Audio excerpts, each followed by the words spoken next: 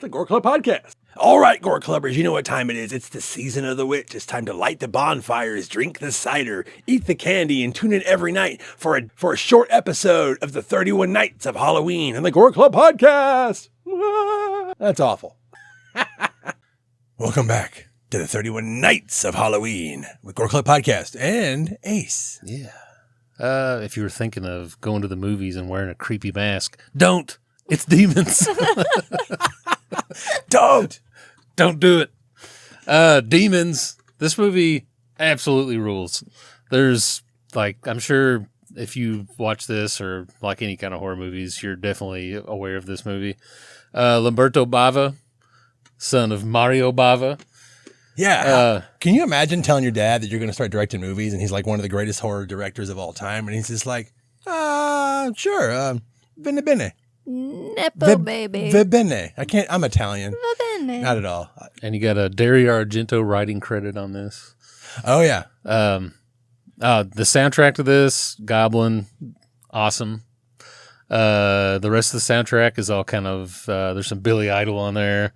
I want to say there's Goblin did the actual demons yeah. The theme song. They did the theme song. There's so many. Okay, this is another heavy metal horror movie that people don't really talk about because it's like that heavy metal horror movies that aren't just heavy metal, but they have the soundtrack.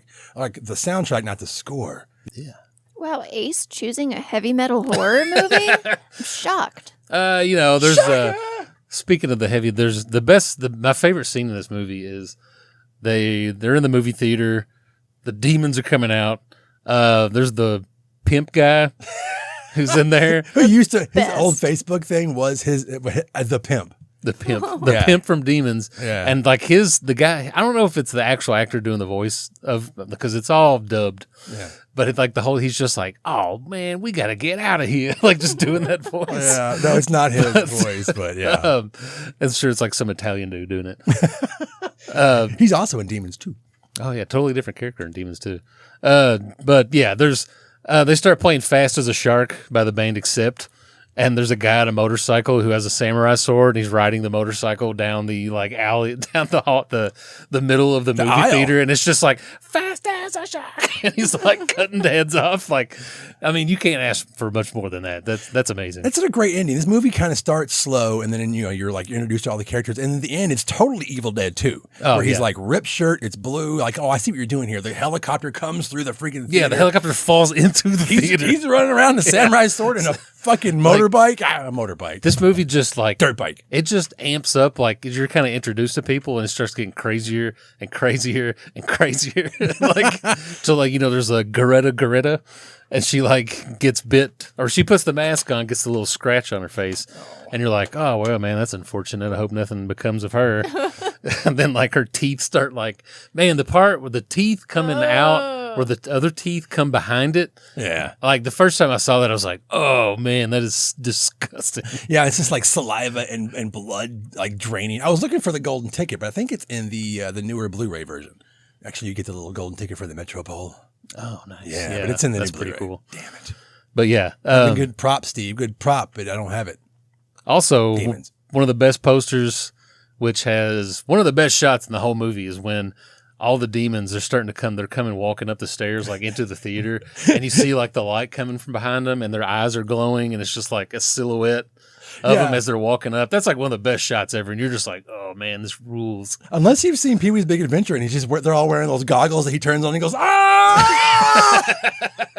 Which now you're like, that's still pretty cool. Yeah. You could go. There's so many scenes in this movie that everybody probably has their favorite scene from this. There's even some of the old VHS covers just had the little dude that crawls out of the other guy on the cover of it. It was the little ugh, you just have him, and he crawled out of another dude. If you sit down and watch this with me, and you're like, oh, I love horror movies, and now you watch Demons, and you're like, man, it was okay. I don't know if I really like it that much. Then that's me. I'm just like, we can't do this anymore. Yeah.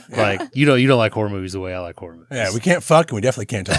Yeah, it's we can't hang out. Steve showed this movie to me when we were first dating many moons ago. And maybe this was a test. It was the first Italian horror film I'd ever seen. And luckily, I loved it. So, we moved forward. You got to see if there's blood in the water. Yeah. Whatever. definitely- Why am I looking at the IMDb page? It's playing fucking opera Playing opera because it's like instead of demons. Sorry. Damn it, internet. That's stupid. But yeah, Demons.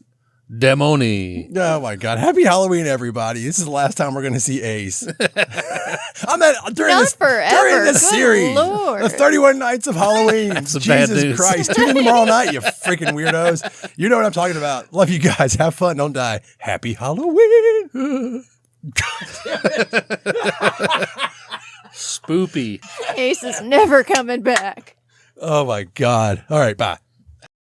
White man from town. That's how I'm going to refer to both of you from now on. As white man from town.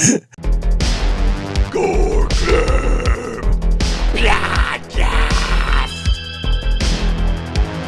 This is the Gore Club Podcast with Steve Vessell, Ace, and Deathmetal